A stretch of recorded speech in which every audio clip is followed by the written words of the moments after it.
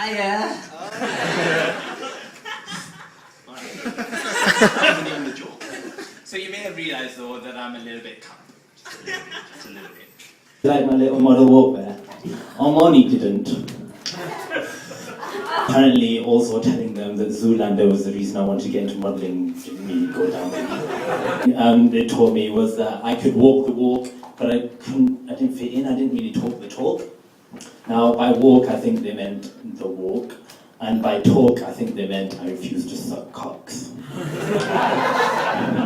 Girls do like sensitive guys. They do like guys who listen to them.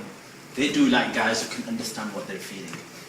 But most importantly, what I've learned is they like guys who are not a threat from the penis area.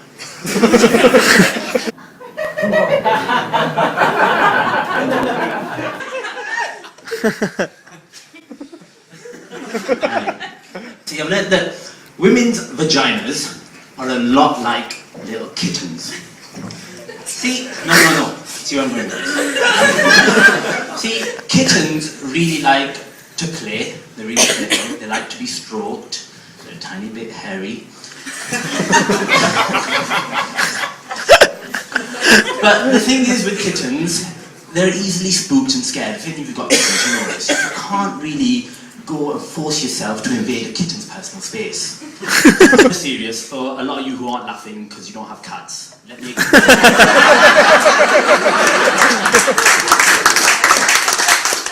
explain it in a way that guys here especially will understand.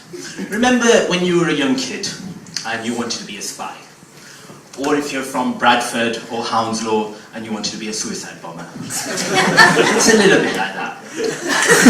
What you have to do is to evade any detection. So if you're like in the MI5 or the FBI or CIA or whatever, you need to be careful and you need to make sure no one catches you doing anything.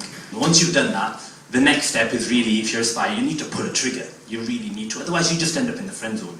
And when you pull that trigger, make sure there's a big explosion. Boom. In her face. Extra point for the eyes.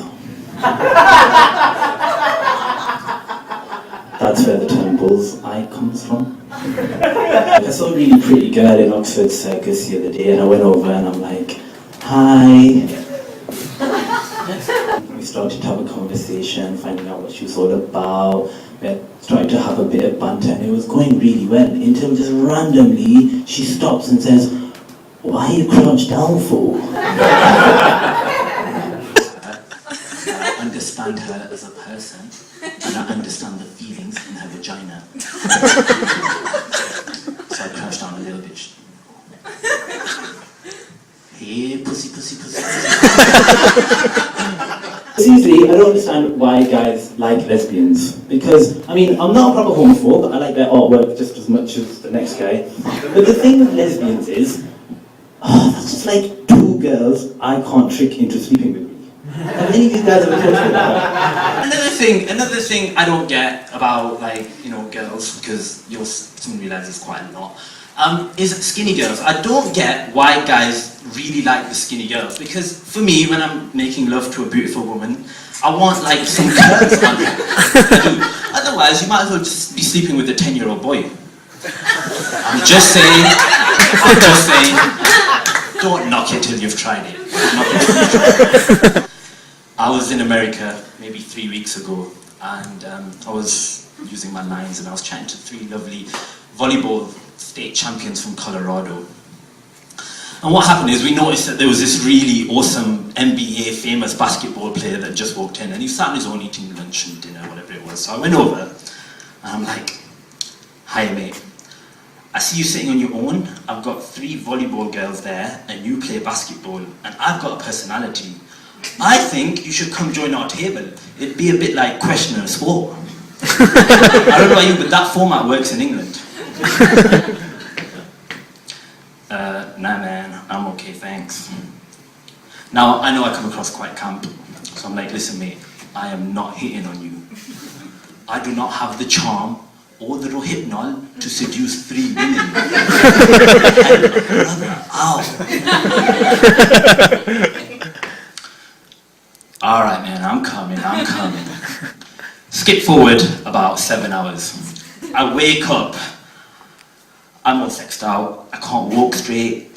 I see like 4 or 5 unused condoms over there, 3, 4 used girls over there, and a big black man. Big black man. And I'm thinking, that's the kind of maths I do like.